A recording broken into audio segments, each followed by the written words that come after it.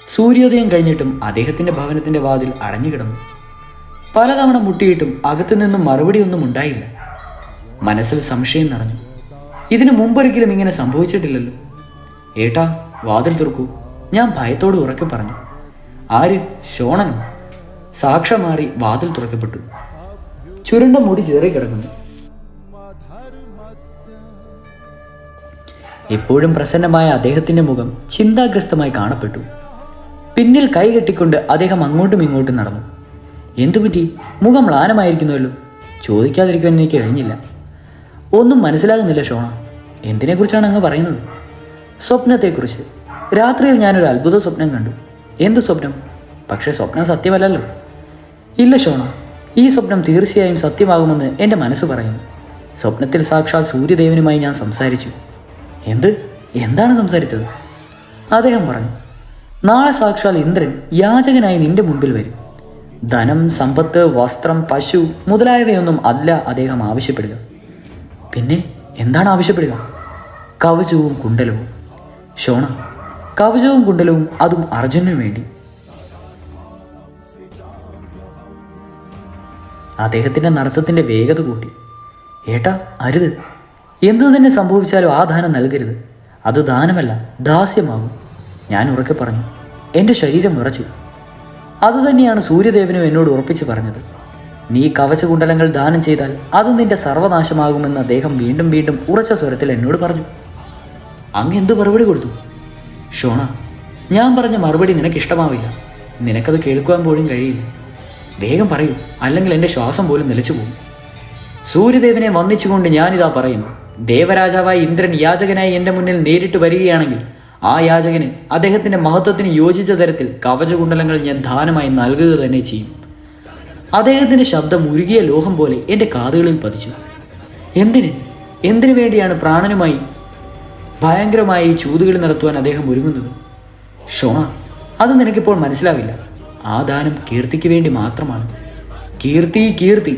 ഇപ്പോൾ അങ്ങേക്കുള്ള കീർത്തി കുറവാണോ? കീർത്തിയുടെ അർത്ഥം തന്നെ എന്താണ്? ഇനി എന്ത് കീർത്തിയാണ് ഏട്ടൻ ആഗ്രഹിക്കുന്നത്? സാക്ഷാൽ ബലനെയും വൃതനെയും വധിച്ച സ്വർഗാധിപതിയും ദേവാധിപതിയാണെന്നുമൊക്കെ പറയപ്പെടുന്ന ഇന്ദ്രൻ്റെ വരദാതാവായ കർണൻ എന്ന കീർത്തി സമ്പാദിക്കുവാൻ ഞാൻ ആഗ്രഹിക്കുന്നു. ഷോണ, നാളെ സാക്ഷാൽ സ്വർഗം പുരാതനമായി ഈ ഭൂമിയിൽ ഭിക്ഷയാചിക്കുവാനായി വരും. ആ ഭാഗ്യത്തിനായി കവചകുണ്ടലങ്ങളല്ല, പ്രാണൻ പോലും ആഹൂതി ചെയ്യുവാൻ ഞാൻ ഒരുക്കമാണ്. ജനന മരണങ്ങളെപ്പറ്റി വീരന്മാരുടെ സങ്കല്പം ഒന്ന് വേറെ തന്നെയാണ്. കീർത്തിയുമല്ലാത്ത മനുഷ്യൻ ജീവിച്ചിരുന്നാലും മൃതതുല്യനാണ്. സ്വർഗകവാടം കീർത്തിമാന്മാർക്ക് മുന്നിൽ തുറന്നിരിക്കും. മനുഷ്യന് സ്മൃതിയുടെ രൂപത്തിൽ അനശ്വരമായ നവജീവൻ നൽകുന്ന മറ്റൊരു മാതാവാണ് കീർത്തി.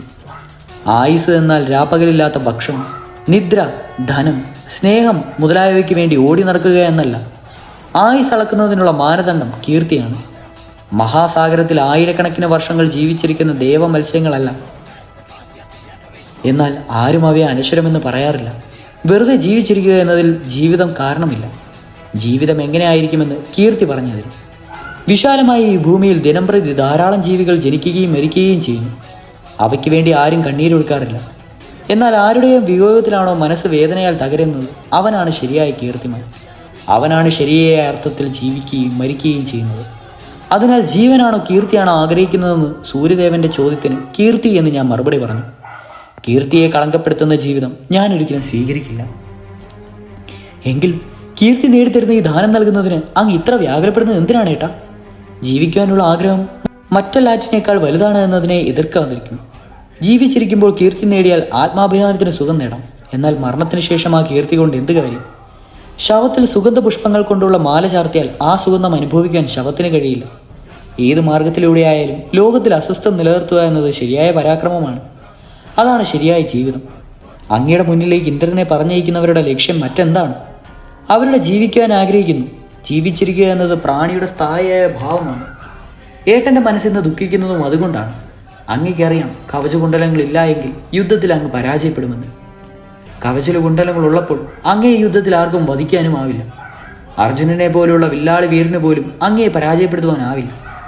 ഏട്ടാ, മനസ്സിൻ്റെ സത്യസ്വരൂപം നിലനിർത്തൂ. കവചകുണ്ടലങ്ങൾ നൽകരുത്. കുറഞ്ഞ പക്ഷം അർജുനവധത്തിൻ്റെ കാര്യമെങ്കിലും ഓർക്കാവില്ലൂ. കവചവും കുണ്ടലവും ഉള്ളപ്പോൾ തന്നെ സാക്ഷാൽ അർജുനന് അങ്ങയെ ചിലപ്പോൾ പരാജയപ്പെടുത്തുവാനായേക്കാം, എന്നാൽ ഒരിക്കലും വധിക്കുവാൻ കഴിയില്ല. എന്നാൽ കവചവും കുണ്ടലും ഇല്ല എങ്കിൽ അങ്ങ് നിശ്ചയമായും വധിക്കപ്പെടും. മതി ഷോണ, പറഞ്ഞത് ധാരാളം മതി. എന്നോട് ഇന്നോളം പറയാത്ത കാര്യങ്ങളൊന്നും ഇന്ന് നീ പറഞ്ഞു. സരോവരത്തിൽ വിരിയുന്ന താമരപ്പൂക്കളിലെ മകരന്ദിന്റെ മാധുര്യം സരോവരത്തിനറിയില്ല. ദൂരെ നിന്നും വരുന്ന വണ്ടുകളാണത് നുകരുന്നത്. നിന്റെ സ്ഥിതിയും അതാണ്. എൻ്റെ ഇത്രയും കാലത്തെ പ്രവൃത്തികളൊന്നും നിനക്ക് പോലും മനസ്സിലാക്കുവാൻ കഴിഞ്ഞില്ല എന്നറിയുമ്പോൾ എനിക്ക് ആശ്ചര്യം തോന്നുന്നു. എന്നോടൊപ്പം തോളോട് തോൾ ചേർന്ന് ജീവിച്ചിട്ട് പോലും നീ ഇങ്ങനെ സംസാരിക്കുന്നു. പ്രാണഭയത്താൽ ഞാൻ ദുഃഖിതനാണ്, വ്യാകുലനാണ്. അതുകൊണ്ടാണ് എനിക്കൊരു പ്രായവും തോന്നാത്തത് എന്ന് നീ കരുതുന്നു. ഷോണ, ഞാൻ ദുഃഖിതനാണ്, വ്യാകുലനാണ്, ഒരു പ്രായവും തോന്നുന്നില്ല. ഇതെല്ലാം ശരിയാണ്, എന്നാൽ പ്രാണഭയം കൊണ്ടല്ല. അദ്ദേഹം രഹസ്യത്തിൻ്റെ ആഴങ്ങളിലേക്ക് ആണ്ടിറങ്ങുകയാണ്. ഷോണ, ശരീരത്തിലെ ഈ അഭേദ്യ കവചവും തിളങ്ങുന്ന ഈ കുണ്ടലങ്ങളും ദേവരാജനായ ഇന്ദ്രൻ ആവശ്യപ്പെടുകയാണെങ്കിൽ അദ്ദേഹത്തിന് അവ എങ്ങനെ ഏത് ഭാഗത്തു നിന്ന് മുറിച്ചു നൽകുമെന്നറിയില്ല. അതിനാൽ ഞാൻ അസ്വസ്ഥനാണ്. ഈ അഭേദ്യമായ ശരീരത്തിൽ അങ്ങനെ ആയുധം പ്രയോഗിക്കും, അല്ലാതെ അർജുനനെ പേടിച്ചിട്ടൊന്നുമല്ല. മുന്നിൽ വന്ന കീർത്തി കുംഭം കവചകുണ്ടലങ്ങളിൽ അഭേദ്യമായതിനാൽ കളങ്കിതമാവുമോ? അതിനെക്കുറിച്ച് ചിന്തിച്ച് ഞാൻ അസ്വസ്ഥനാണ്. രാത്രി മുഴുവൻ ചിന്തിച്ചു, ഇതുവരെ ഒരു മാർഗവും കണ്ടുപിടിച്ചില്ല. പറയൂ ഷോണ, ഈ കവചം എങ്ങനെ ഏത് ഭാഗത്തു നിന്ന് മുറിച്ചു നൽകും? അദ്ദേഹം വീണ്ടും കൈകൾ പിന്നോട്ട് കെട്ടി അങ്ങോട്ടും ഇങ്ങോട്ടും നടന്നു. ഞാൻ തലകുനിച്ചു. അദ്ദേഹത്തിൻ്റെ ഗഗനസ്പർശിയായ ചിന്തകൾക്ക് മുന്നിൽ എൻ്റെ ചിന്തകൾ എത്ര ക്ഷുദ്രമാണ്. വളരെ നേരം ഞങ്ങൾ മൂകരായിരുന്നു. അവസാനം എന്നെ അവിടെ വിട്ട് അദ്ദേഹം അർഘ്യദാനത്തിനായി ഉണങ്ങിയ ഉത്തരയും എടുത്ത് പുറത്തേക്ക് നടന്നു. വൃഷാലി ഏട്ടത്തമ്മയോടും കൂടെ മറ്റെല്ലാവരോടും ഇതിനെപ്പറ്റി പറഞ്ഞ് എല്ലാവരെയും ജാഗരൂകരാക്കുവാൻ ഞാൻ എല്ലാ ഭവനങ്ങളിലേക്കും കയറി ഇറങ്ങി. എന്നാൽ അദ്ദേഹത്തിൻ്റെ ദൃഷ്ടിനിശ്ചയം എല്ലാവർക്കും വളരെ പരിചിതമാണ്. കവചകുണ്ടലങ്ങൾ ദാനം ചെയ്യുവാനുള്ള തീരുമാനത്തിൽ നിന്നും അദ്ദേഹത്തെ പിന്തിരിപ്പിക്കുവാനുള്ള ശക്തി അവർക്കാർക്കും ഉണ്ടായിരുന്നില്ല. പതിവ് പോലെ സ്നാനവും അർഘ്യദാനതകളും കഴിഞ്ഞ് അദ്ദേഹം ദാനത്തിനായി തറയിൽ വന്നു നിന്നു. യാചകരുടെ നിരകൾ നീണ്ടു കിടന്നു. അവരിൽ എവിടെയെങ്കിലും ദേവേന്ദ്രൻ ഉണ്ടോ എന്ന് ഞാൻ നോക്കി. അദ്ദേഹത്തെ എവിടെയും കാണുവാൻ കഴിഞ്ഞില്ല. സന്തോഷവും ആശ്വാസവും തോന്നി. അംഗരാജാവിൻ്റെ കയ്യിൽ നിന്നും സാധനങ്ങൾ വാങ്ങി യാചകർക്ക് കൊടുത്തുകൊണ്ടേയിരുന്നു. സ്വർണം, വസ്ത്രം, മുത്ത്, ധാന്യം, എണ്ണ തുടങ്ങിയവയെല്ലാം അദ്ദേഹത്തിന് സന്തോഷപൂർവ്വം ദാനം നൽകി. യാചകരെയെല്ലാം പോയി. അട്ടുപ്ലാവിൽ ചിന്താതീതനായിരിക്കുന്ന അച്ഛനെയും അമ്മയും വൃഷാലി ഏട്ടത്തമ്മയും 7 പുത്രന്മാരെയും ദീർഘനിശ്വാസത്തോടെ അകത്തേക്ക് പോയി. സ്വപ്നം വെറും സ്വപ്നം മാത്രം എന്ന് പിറുപിറുത്തുകൊണ്ട് ഞാൻ നിലത്തു വീണ് കിടന്നിരുന്ന 4 മുത്തുകൾ പെറുക്കി തളികയിലിട്ടു. അപ്പോൾ മെലിഞ്ഞൊരു ബ്രാഹ്മണൻ മുഖ്യ കവാടത്തിലൂടെ ഉള്ളിൽ കിടന്ന് ഒരു നിമിഷം ശങ്കിച്ചു നിന്നു. എൻ്റെ മനസ്സ് വിറച്ചു. ആരാണ്? അംഗരാജാവൻ ചോദിച്ചു. ഞാനൊരു ദരിദ്ര ബ്രാഹ്മണനാണ്, ഒരു യാചകൻ. വരൂ സഹോദര, വേഗം വരൂ, ദാനത്തിൻ്റെ സമയം കഴിയാറായി, വേഗം വരൂ. 2 കൈകളിലും മരയിൽ കുനിഞ്ഞ് ആ ബ്രാഹ്മണൻ തറയുടെ അടുത്തെത്തി. തിരിതിരെ അഴയുന്ന കണ്ണുകളും ഒട്ടിയ കവിളുകളുമായ ആ വൃദ്ധൻ അവിടെ നിന്നു. എന്ത് വേണം ബ്രാഹ്മണൻ? ധനം, ധേനു, ഭൂമി, വീട്, അശ്വം, അന്നം, വസ്ത്രം, ഫലം, പുഷ്പം, മധുരരസം, സേവകൾ, താളിയോലകൾ, എന്തു വേണം? ആജ്ഞാപിച്ചാലും. കാരണം നീ ദാനശീലനാണ്. നിന്റെ കീർത്തി കേട്ടിട്ട് ഞാൻ വളരെ ദൂരത്തു നിന്നും വന്നതാണ്. എനിക്ക് ധനം വേണ്ട, ഞാൻ ധനമോഹിയല്ല. ദേതു വേണ്ട, ഞാൻ ഗോപാലകനല്ല. ഭൂമി വേണ്ട, ഞാൻ രാജാവല്ല. ചെല്ലുന്നിടത്തെല്ലാം വീടുണ്ട്, അതിനാൽ വീടും വേണ്ട. അശ്വം, അന്നം, ഫലം, പുഷ്പം ഒന്നും വേണ്ട. ഞാൻ ഗ്രന്ഥമെഴുതുന്ന മഹർഷിയല്ല, അതിനാൽ താളിയോലയും വേണ്ട. പിന്നെ എന്തു വേണം? ഞാൻ അങ്ങയുടെ സേവകനാണോ? അങ്ങയുടെ ആജ്ഞ അനുസരിച്ച് പ്രവർത്തിക്കണം. ബ്രാഹ്മണ വരിക, ആജ്ഞാപിച്ചാലും സങ്കോചം വേണ്ട. സാഗരത്തിന് മുകളിൽ നിന്നും മേഘം നിരാശയോടെ തിരിച്ചു പറയുന്നെന്ന് വരാം, എന്നാൽ കർണനയോടത്തു നിന്നും യാചകർ ഒരിക്കലും നിരാശയോടെ പോവില്ല. അത് നിന്റെ മിഥ്യ അഹങ്കാരമാണ്. നിന്റെ കീർത്തി കളങ്കപ്പെടുവാതിരിക്കാൻ ഞാൻ തിരിച്ചു പോകുന്നു. കാരണം ഞാൻ ആവശ്യപ്പെടുന്നത് തരുവാൻ നിനക്ക് കഴിവില്ല. ബ്രാഹ്മണൻ പോകുവാൻ ഒരുങ്ങി. അംഗരാജാവ് തറയിൽ നിന്നും താഴെ ഇറങ്ങി ഓടിച്ചെന്ന് ബ്രാഹ്മണന്റെ കാൽ പിടിച്ചു. എൻ്റെ കീർത്തിയെ കളങ്കപ്പെടുത്തരുത്. ഈ ശിരസ് പോലും അറുത്ത് അങ്ങയുടെ ചരങ്ങളിൽ സമർപ്പിക്കാം. എന്നാലും അങ്ങ് വെറും കൈയോടെ മടങ്ങരുത്. ആജ്ഞാപിച്ചാലും അങ്ങയുടെ ആഗ്രഹം എന്താണ്? ദാനശീലൻ എന്ന് പറയപ്പെടുന്ന കർണ, സ്വന്തം ദാനശീലത്തിൽ നിങ്ങൾ ഇത്ര വലിയ അഭിമാനമുണ്ടെങ്കിൽ നിന്റെ കവചകുണ്ടലങ്ങൾ ദാനമായി നൽകൂ. ബ്രാഹ്മണൻ കൈനീട്ടി. പൊള്ളലേറ്റതുപോലെ ജ്യേഷ്ഠന്റെ പെട്ടെന്നുള്ള എഴുന്നേറ്റ് നിൽപ്പ് ഞാൻ കണ്ടു. അദ്ദേഹത്തിന്റെ നീലനേത്രങ്ങളിൽ കണ്ണീർ നിറഞ്ഞിരുന്നു. ചുണ്ടുകൾ വിറച്ചു. ദേവരാജാവായ ഇന്ദ്ര, ഈ കർണനെ പോലെയുള്ള സാധാരണ സൂതപുത്രന്റെ വാതിക്കൽ അങ്ങ് ഒരു വൃദ്ധ ബ്രാഹ്മണന്റെ വേഷത്തിൽ, ഞാൻ എവിടെയാണ്? ഇത് ഭൂമിയോ അതോ സ്വർഗമോ? സ്വർഗത്തിൽ അമൃത് ഭുജിച്ച് അപ്സരസുകളുടെ ഇടയിൽ രമിക്കുന്ന ദേവരാജാവ് മർത്യലോകത്തിലെ ഒരു സൂതപുത്രന്റെ മുന്നിൽ കൈനീട്ടി നിൽക്കുന്നു. ഇത് സത്യമോ സ്വപ്നമോ? ഷോണം, ഇന്ന് നമ്മുടെ ദിഗ്വിജയം വാസ്തവത്തിൽ പൂർണ്ണമായി. 4 ദിക്കുകൾക്കും മുകളിൽ 5ാമതൊരു ദിക്കുണ്ട്. ഇന്ന് അതും കീഴടങ്ങി. അംഗരാജാവിൻ്റെ മുന്നിൽ സാക്ഷാൽ ദേവരാജൻ യാചകന്റെ രൂപത്തിൽ നിൽക്കുന്നു. വന്നാലും ദേവാദിദേവ, ഞാൻ അങ്ങയെ സ്വാഗതം ചെയ്യുന്നു. കവചകുണ്ടലങ്ങൾ ദാനമായി അങ്ങയുടെ ഭണ്ഡത്തിലിടുന്നു.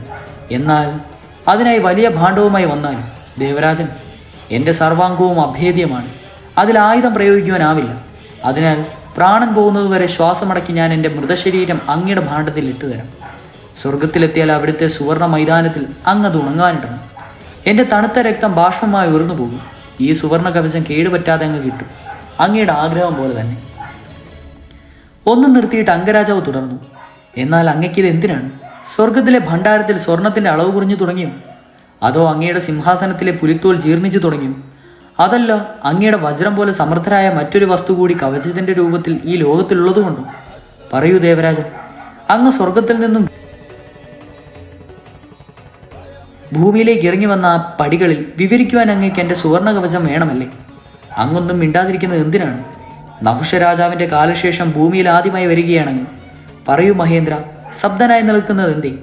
ഈ കവചം അങ്ങയുടെ ചരണങ്ങളിൽ അർപ്പിക്കുന്നതിനുള്ള ഉപായം കൂടി പറഞ്ഞു തരും. എന്നെ പോലുള്ള സൂതപുത്രൻ്റെ പ്രാണന് സ്വർഗത്തിൽ എവിടെ സ്ഥാനം കിട്ടുവാനാണ്? കവചവും കുണ്ടലവും മാത്രമല്ല അങ്ങ് കൊണ്ടുപോകൂ. ഞാനത് എങ്ങനെ വേർപെടുത്തും? അത് ജന്മത്താൽ എൻ്റെ ശരീരത്തോട് ചേർന്നിരിക്കുന്നതാണ്. അതെങ്ങനെ വേർപെടുത്തും? ഞാൻ തലപുഞ്ഞാലോചിച്ചിട്ടും ഉപായം കണ്ടെത്തുന്നില്ല. അതിനാൽ തന്നെ നിർമ്മലമായ കീർത്തി കളങ്കപ്പെടുത്തുന്നു എന്ന ലജ്ജയോടെ ഞാൻ അങ്ങയുടെ മുന്നിൽ നിൽക്കുന്നത്. ഇല്ല കർണ, നിന്റെ കീർത്തി കളങ്കപ്പെട്ടുകയില്ല. അരയിൽ നിന്നും വാൾ വലിച്ചൂരും. എന്നിട്ട് താമരപ്പൂ പോലെ കോമളമായ മുഖത്ത് അത് പ്രയോഗിക്കൂ. അപ്പോൾ കവചത്തിൻ്റെ ഒരു ഭാഗം അടർന്നു വരും. അത് കൈകൊണ്ട് പിടിച്ചു വലിച്ച് കവചത്തെ വേർപെടുത്തും, മരത്തിൻ്റെ തോൽ ഉരിയുന്നത് പോലെ. കർണ, 5 ദിക്കുകളിലും ദിഗ്വിജയം നടത്തുവാൻ നിനക്ക് മാത്രമേ കഴിയൂ. ദേവരാജൻ, അങ്ങയോടുള്ള കടം ഞാൻ എങ്ങനെ വീട്ടുമെന്ന് എനിക്കറിയില്ല. അങ്ങ് ധന്യനാണ്. അദ്ദേഹത്തിൻ്റെ കണ്ണുകളിൽ അത്ഭുതകരമായ ആനന്ദം കണ്ട് തിളങ്ങി. വേഗം നടന്ന് അദ്ദേഹം വീണ്ടും തറയിലെത്തി. പെട്ടെന്ന് ഉറയിൽ നിന്ന് വാൾ വലിച്ചൂരി. ആ ശബ്ദത്തോടൊപ്പം ഭയത്തിൻ്റെ ഒരു വിറയൽ എൻ്റെ ശരീരത്തിൽ വ്യാപിച്ചു. അദ്ദേഹത്തിൻ്റെ കയ്യിലെ വാൾ തടഞ്ഞുകൊണ്ട് ഞാൻ പറഞ്ഞു, ഏട്ടാ, അരുത്, അരുത്. ഏട്ടൻ്റെ കാതിലെ കുണ്ടലങ്ങൾ ഇപ്പോൾ നിന്നും നിഷ്പ്രഭമായിരിക്കുന്നു. ഷോണ, കുണ്ടലങ്ങൾ എന്നേക്കുമായി ഇന്ന് നിഷ്പ്രഭമാകും. എന്നാൽ അതിനെപ്പറ്റി എനിക്ക് ഒട്ടും വിഷമമൊന്നുമില്ല. അതിനു മുന്നിൽ ഇന്ന് സ്വർഗം പോലും നിഷ്പ്രഭമാകും. മാറി നിൽക്കൂ. അദ്ദേഹം വാൾ ഉയർത്തി. ഞാൻ അദ്ദേഹത്തിൻ്റെ കാൽക്കൽ തലതല്ലിക്കൊണ്ട് ഉറക്കെ പറഞ്ഞു, ഏട്ടാ, ഈയിടെ ഭിക്ഷ എനിക്കേം തരൂ. കവചത്തിൽ ആയുധം പ്രയോഗിക്കരുതേ. എൻ്റെ മനസ്സിലൂടെ രക്തമൊഴുകി. അദ്ദേഹം ഒന്നും ശ്രദ്ധിച്ചില്ല. പകിടയെറിയുന്ന സമയത്ത് ശകുനി അമ്മാവൻ ഇത്രയും ഉന്മത്തനായിരുന്നില്ല. സഹഭോജനത്തിൻ്റെ സമയത്ത് മദ്യപിച്ച ദുര്യോധനൻ ഇത്രയും ഉന്മത്തനായിരുന്നില്ല. കണ്ണുകളടച്ച് സൂര്യസ്തോത്രം ഉരുവിട്ടുകൊണ്ട് തുറന്ന വായിൽ അദ്ദേഹം നാളിൻ്റെ മൂർച്ചയുള്ള അഗ്രം താഴ്ത്തി. അന്ന് 2 തുള്ളി രക്തം വീണു. ദേവേന്ദ്രൻ്റെ വസ്ത്രത്തിലും അത് തെറിച്ചു. ഏട്ടാ, ഞാൻ ഉറക്കെ കരഞ്ഞു. കുട്ടിക്കാലത്ത് അദ്ദേഹത്തിൻ്റെ രഥത്തിന് പിന്നാലെ ഓടുമ്പോഴും ഞാൻ ഇത്ര വ്യാകുലനായിരുന്നില്ല. എന്നാൽ അന്നത്തേതുപോലെ അദ്ദേഹത്തിൻ്റെ എൻ്റെ കരച്ചിൽ കേൾക്കുന്നില്ല ഇന്നും. മതത്തിൻ്റെ തോൽ ഉരിയും പോലെ അദ്ദേഹം കൈകൾ കൊണ്ട് കവചം വേർപെടുത്തി തുടങ്ങി. അത്തിപ്പഴം മുറിക്കും പോലെ അദ്ദേഹത്തിൻ്റെ മാംസളമായ ശരീരം അനാവൃതമായിക്കൊണ്ടേയിരുന്നു. ശരീരം ചൂട് രക്തം കൊണ്ട് നനഞ്ഞു.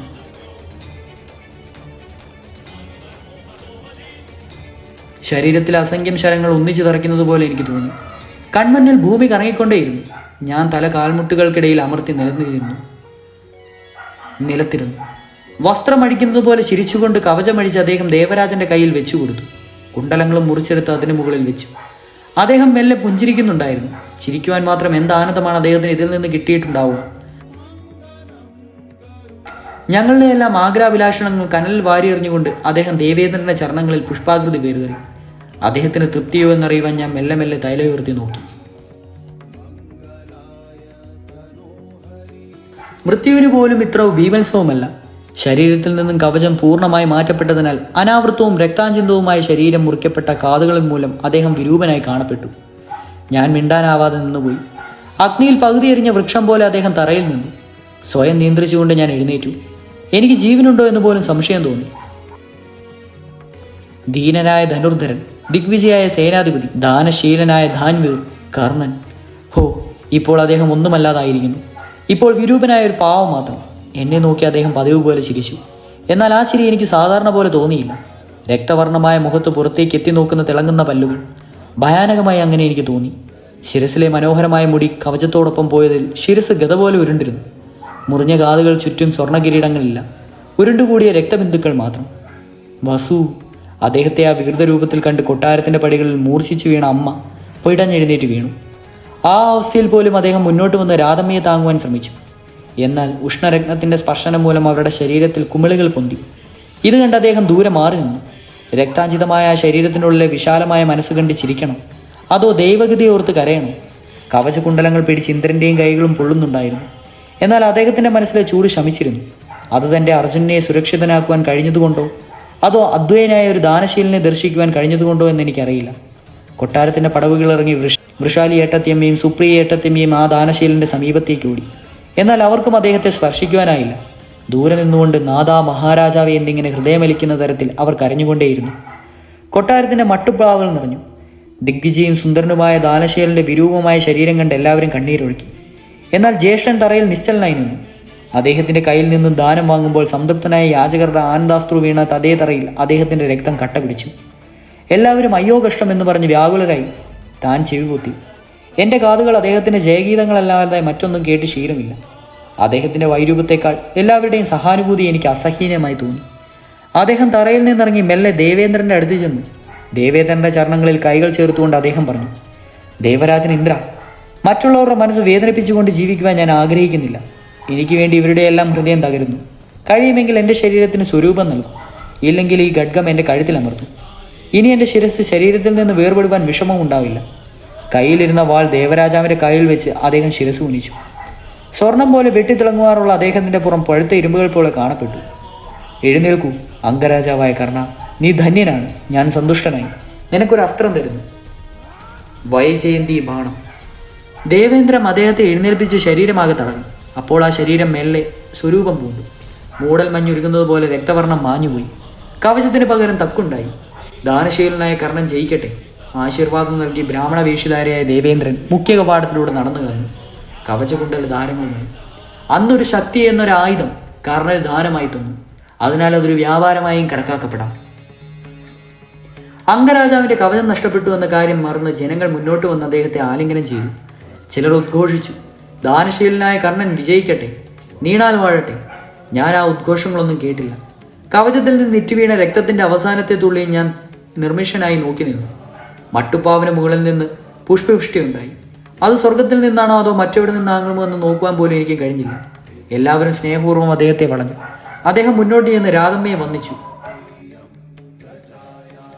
രാധമ്മയുടെ കണ്ടമിടറി. വസുവല്ലമ്മേ, വൈകൃത്തനൻ, അദ്ദേഹം ശാന്തനായി പറഞ്ഞു. രാധമ്മ അദ്ദേഹത്തിൻ്റെ മുറിഞ്ഞ കാതുകളിൽ പിടിച്ചു നോക്കി. അവരുടെ മാതൃസ്നേഹം ഭ്രാന്തമാണ്. രാധമ്മയെ താങ്ങിക്കൊണ്ട് അദ്ദേഹം കൊട്ടാരത്തിൻ്റെ പടവുകൾ മെല്ലെ കയറി. പുത്രന്മാർ പുത്രവധുക്കൾ താനും ആരെയൊന്നും അദ്ദേഹം ശ്രദ്ധിച്ചില്ല. ഇരുപുറവും നിന്നിരുന്ന മുഗ്ധരായ പ്രേക്ഷകർ ഭഗവേഷത്താൽ ആ അമ്മയുടെയും മകൻ്റെയും മേൽപുഷ്പങ്ങൾ വർഷിച്ചുകൊണ്ടേയിരുന്നു. കവചകുണ്ടലങ്ങളില്ലാതെ അദ്ദേഹത്തിൻ്റെ ശരീരം കാണുവാൻ ഇഷ്ടപ്പെടാത്ത സൂര്യദേവൻ നിശ്ചിത സമയത്തേക്ക് മുമ്പ് തന്നെ പശ്ചിമ ചക്രവാളത്തിൽ മറഞ്ഞു. ചുറ്റും സന്ധ്യാചവി മറന്നു. കവചകുണ്ടലങ്ങൾ ദാനം ചെയ്ത ജ്യേഷ്ഠൻ എന്തു നേടി? ഏതെങ്കിലും മഹാനായ ഒരു യോദ്ധാവിനെ വധിക്കുവാനുള്ള ഇന്ദ്രൻ്റെ വൈജയന്ത ബാണം, പിന്നെ ദിഗ്വ്യാപിയായ ദിവ്യ യശസ്സും. ഇനിയാണ് കഥ തുടരുന്നത്. ഇതറിഞ്ഞ ദുര്യോധനൻ പ്രകോപിക്കുന്നു. അതെ, തുടരും.